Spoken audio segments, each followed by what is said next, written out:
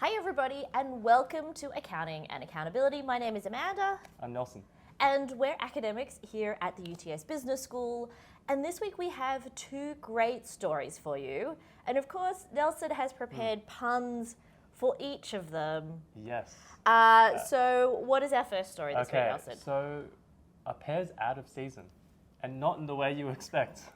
So it seems like pears, the demand for pears has dropped recently. We've seen lower prices, oversupply. Amanda, what's the conditions looking like? Well, I think what we've seen is that the value of the industry was 175 million in 2011, and that's more than halved in 2020 to be worth only 67 million. So research shows us that only 59% of households purchased pears every 4 weeks, compared to 93% of households buying bananas and 84% buying apples. That sounds believable. I can't remember the last time I've eaten a pear. Yeah, same. I like, bananas and apples all the time. Bananas and apples all the time. My kids aren't fans of pears. Yeah. I think the only time I really made pears was when they were babies. Yeah. And Oh, 'cause pears it's, are like soft a and good sort of baby Yeah. food. Yeah. But as a result, there is big changes happening in the pear industry. Yep. What sort of changes? So farmers, they're basically starting to uproot their trees. Like they're saying, okay, well, these pears aren't selling for high enough price. Let's pull them out and let's replace them. And so I guess my question to you is, how does this relate back to how we understand accounting? It's as soon as I saw this story and I sent it to Nelson, I thought accounting issues straight away because it's relevant costing. It's trying to figure out how much do I keep this product? Do I drop this product? Do I replace it with something else? And it's looking at the break even. Yep. So, with the pear industry worth more than half of what it was a decade ago, you're selling pears for less, you've got less demand, even though you've got the same supply. Remember, it's taken years to grow a tree to the point where it'll produce a reasonable amount of pears. Yeah. On top of that, because it's fruit and it's typically hand-picked, we've got a shortage of labour. High labour costs. And higher labour costs in trying to pick fruit. Yeah. So you're just not breaking even on these pears. Yeah. And so farmers are making the decision, and when you make the decision to rip up a fruit tree, it's a self-generating, regenerating asset, if you want to get really geeky into the accounting standards. But when a farmer makes that choice, they're going, okay, well, I could make this much from selling pears, and that's obviously not helping them break even. So they're doing the sums of the costs of ripping out the trees, replacing it with something else, and giving it 5 to 7 years to grow a tree to maturity to be able to farm a replacement, whether that's an apple or cherries or something else, or potentially switching to another type of crop entirely. And they're having to make all of these forecasts around budgets and sales and demand to come up with this accounting decision of, do I keep this or do I drop it and replace it with something else? I guess at the end of the day, it's about opportunity cost, right? So if you have like 1 square meter of land, you can plant let's say 3 pear trees, or probably one realistically pear one, tree, depending on the size. I don't know. Yeah. Or you could sort of plant an apple tree, and although you lose them, and though you have to like replant the apple tree and wait for it to grow out, like when you do the sums, like it seems maybe worthwhile longer term. Yeah, you would build a budget over 5 years. You'd have to think about your cash flow because while you're replacing the tree with something else, you're going to have enough cash coming in to be able to pay wages, water the plants, fertilize them, everything. Absolutely. And you've got all this excess capacity, so you've got to figure out how to best use it. Coming on top of that is climate change and areas where we might have grown particular crops at one time because of water and climate. As the climate changes, some areas become more rainy, some areas become more dry, and we might need to think about where is the best place to grow things now. I started out growing apples at my own place because we had lots of cold winters, because apples need a certain amount, and pears, all sorts of those fruits, need a certain amount of chill hours to be able to set the fruit so that you get good harvests. Right. And that was 12 years ago. Yeah. And we pulled out all our apple trees about 4 years ago because it wasn't getting, it was staying warmer over the winters and we weren't getting any fruit. And so we replaced all of our apple trees, they had 4 different varieties, with citrus. Because the climate and the weather, yes, I've got lemons, limes, oranges and mandarins. And the climate just seems better now for those particular fruits. So farmers are, it's also, you know, they've grown something for a really long time, whether that's canola or wheat or sugarcane or rice. You know, rice needs a lot of natural irrigation. We need to rethink from an accounting perspective as well as an agricultural perspective and a climate change perspective of how do we do all this moving forward? Yeah. And the money factor comes into it a lot because all of these decisions are financial. Yeah. Fantastic. Now, F45, I'm not a gym person. Yeah. Love carbs, hate exercise. Or gyms, I don't know. I think I've been like turned off gyms by the smell of gyms when I was in high school. I was going to say the smell can be a bit Do gyms still smell like sweaty people? They've made it better. I think there's better, you know, air conditioning. They were like really, there was no air conditioning in gyms when I was in high school. So F45 has not so fit financials. Yes, not looking too good for F45. So for those of you that don't know, F45's a gym franchise founded in Australia, famously promoted by Mark Wahlberg. This is one of these CrossFit things, right? Yeah. Okay. Yeah, like super intense training sort of styles, lots of functional movements. Basically, they released their restated financials last week. So what happened was... Hang on, they made the financials and then they changed their mind? Yeah, basically they released their financials and then they were like, oh, there's a few mistakes in there, and then they had to restate their financials for the last financial year. That's never a good sign for a business. Yes, and unfortunately, Mark, he wouldn't be so happy because basically... Some people might not know who, by the way, Mark, he's referring to Mark Wahlberg. Mark Wahlberg, yeah. From, was he on New Kids on the Block or was he the brother of... The Calvin Klein model. Okay, all right, there you go. He was in some of the Transformers movies, you know, he's been around the movie industry a while. Anyways, he wouldn't be too happy. Basically, F45, the company, posted a $370 million loss over a 2-year period. That's not good. Yeah. And that's losses on paper, but they're also probably losing cash.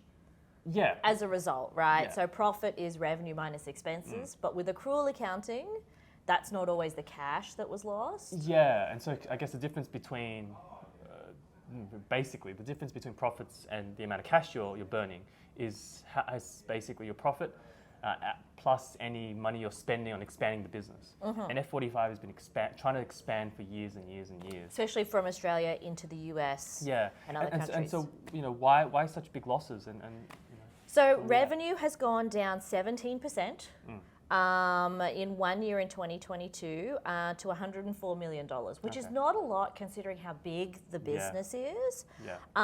And in 2018, they opened 900 stores or franchises or places, and they only opened 351 in 2022. So it's like less than half. But there's really only so much growth, right? Like where I live, there are, I think, 4 gym franchises within a 10-minute drive.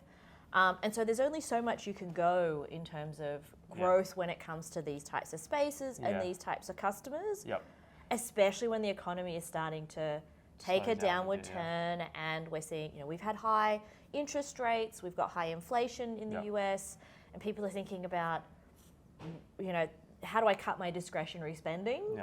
And we learned during COVID, while gyms are great, you know, you might still have a whole lot of exercise equipment at home, or going for walks or running. Very true. Yeah, exactly. And so basically, how did the market react? How did they see all this? Well, this is not so good. So the stock price on the US stock exchange went from $16 when they launched in 2021, and it's now 2.5 cents. Hang on, is that right? 2.5 cents? So it's like a 99.84% drop in the price. So that's not good. The value of the company has gone from this massive number to this very small number. Well, basically, if you had like if you invest $1,000, you have about $6 now.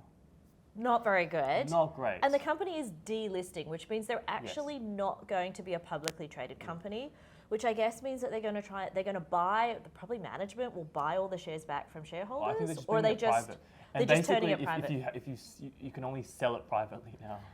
Which is sort of a bit stuck. You've got to either sell your shares on the public exchange before it delists, or you've got to try and sell them to someone else. I don't know if management's really going to want to buy them. I don't think they can anyway. And so I guess this is a pretty good example of how there's so much buying and so much hype around, celebrity endorsements. So having, Mark Yeah, well, Wahlberg there were made lots really of celebrity popular. endorsements, and CrossFit was the new thing. Yeah. But that just didn't translate into Real future sales. growth and Yeah. real sales. Yeah, if you take an example of the Australian market, it's like the most concentrated for F45 gyms. Sales had dropped 3%. Foot traffic was down 15% in their existing stores. So there was already evidence that it wasn't growing at the rate they were expecting.